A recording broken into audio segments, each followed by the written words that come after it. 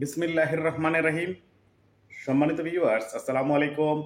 আমি তোফায়েল আহমেদ আবারও আপনাদের সামনে হাজির সৌদি ভিসা প্রত্যাশী ভাইদের নিয়ে আরও একটি গুরুত্বপূর্ণ ভিডিওতে।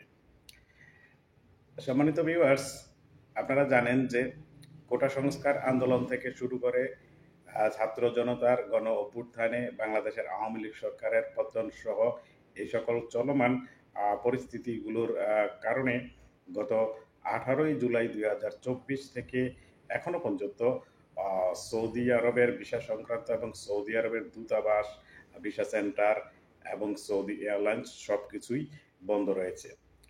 আর এতে বিপাকে পড়েছে হাজার হাজার ভিসা প্রত্যাশী ভাইয়েরা এবং ভিসা সংশ্লিষ্ট পেশায় যারা জড়িত আছেন তারা, বিশেষ করে যারা ইতিমধ্যে মেডিকেল করে ভিসার অপেক্ষায় আছেন।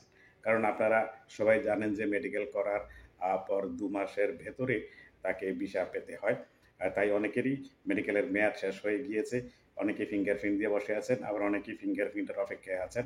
সেই সকল বিষয়গুলো নিয়ে অনেকেই বিপাকে পড়েছেন, আবার অনেকেই ভিসা পেয়েও ম্যান পাওয়ার করতে পারেননি বলে ফ্লাইট টিকিট কাটতে পারছেন না। আবার অনেকে সৌদি এয়ারলাইন্সের টিকিট কেটেও ফ্লাইটে সৌদি আরব আসতে পারছেন না।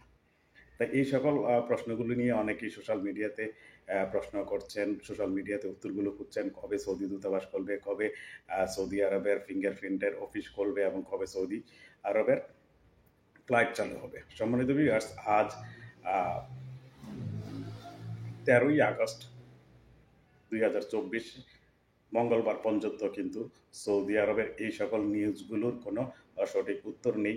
তারা দূতাবাস এবং তাসির সেন্টার ইতিমধ্যেই তারা তাদের ওয়েবসাইটগুলোতে ঘোষণা দিয়ে রেখেছে যে বাংলাদেশের পরিস্থিতি এর কারণে তারা সাময়িক সময়ের জন্য তাদের কার্যক্রম বন্ধ রেখেছে এবং যে কোনো সময় তারা যখন খুলবে তারা আগেই ওয়েবসাইটে জানিয়ে দেবে।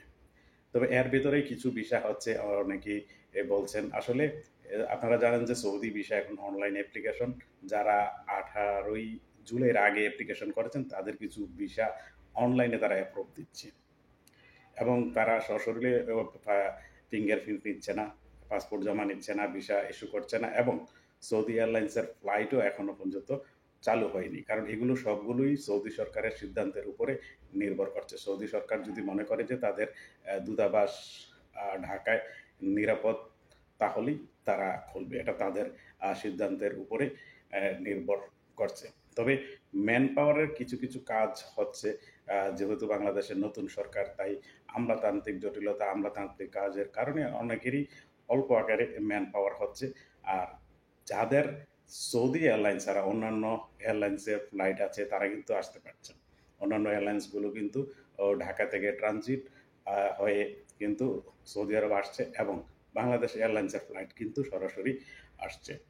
তাই যারা নতুন ভিসা প্রত্যাশী আছেন, আমরা নতুন কোনো তথ্য পেলে দূতাবাস খোলা, অফিস খোলার, তাহলে আপনাদেরকে জানিয়ে দেব। সবাই ভালো থাকুন, সুস্থ থাকুন, নিরাপদে থাকুন। আল্লাহ হাফেজ। আসসালামু আলাইকুম ওয়া রাহমাতুল্লাহি ওয়া বারাকাতুহু।